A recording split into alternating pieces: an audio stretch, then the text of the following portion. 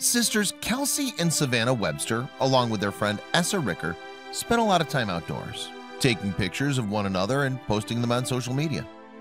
In love with their small-town community and the perfect blend of suburban life and wild, wide open spaces just outside city limits, these three would regularly head to Covered Bridge Canyon, just on the outskirts of U International Forest in Utah.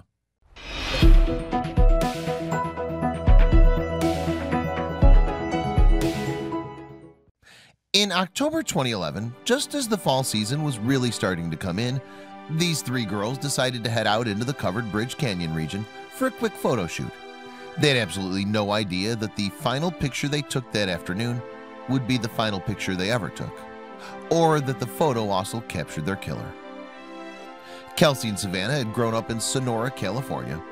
Kelsey was just 2 years older than her sister, but both of them had been growing up playing sports. Kelsey was into volleyball and a star on her team. Savannah preferred basketball and had become one of the most important players of her team, both offense and defense. Both of these girls were active in the community. They'd fallen in love with the arts and had been participating in a local theater group in the region for years and years. In July 2011, just a few years after their parents had separated, both of these sisters moved to the town of Spanish Fork in Utah. They came to the town with their father, David, a carpenter in the community, leaving behind their mother, who remained working and living in the Sonora community, a nurse at a local hospital. Two of their other sisters, younger sisters, Amanda and Brenna, decided to stay behind with their mother. This theater group is where the two sisters met their friend Essa. She was also quite active in the local community, playing sports, and a big part of the same theater group that the sisters were members of.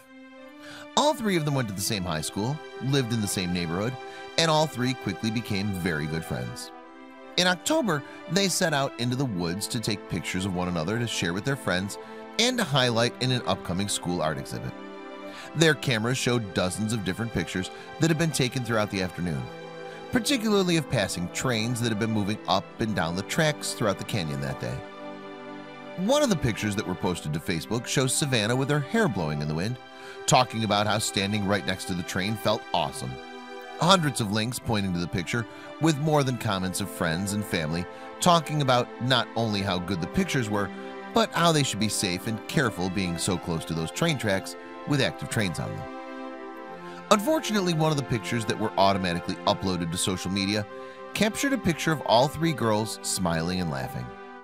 But in the upper right-hand corner of the photo, you can see a very bright light not all that far in the distance. Turns out the bright light was attached to the front of a locomotive, pulling a fully loaded train behind. And that while the girls were distracted with the train that was moving in the opposite direction, on the tracks opposite them, they never heard or saw this locomotive barreling down the same tracks that they were standing on. Sadly, this accident took the lives of all three girls without them ever knowing that it happened. A Union Pacific train engineer on the opposite train was trying to warn them that another train was coming from their direction, but they never heard or saw the warnings. Hopefully, this sad story is a cautionary tale for anybody thinking about spending a day out on the train tracks, especially active train tracks, and snapping photos in your own little world. Check twice to save your life.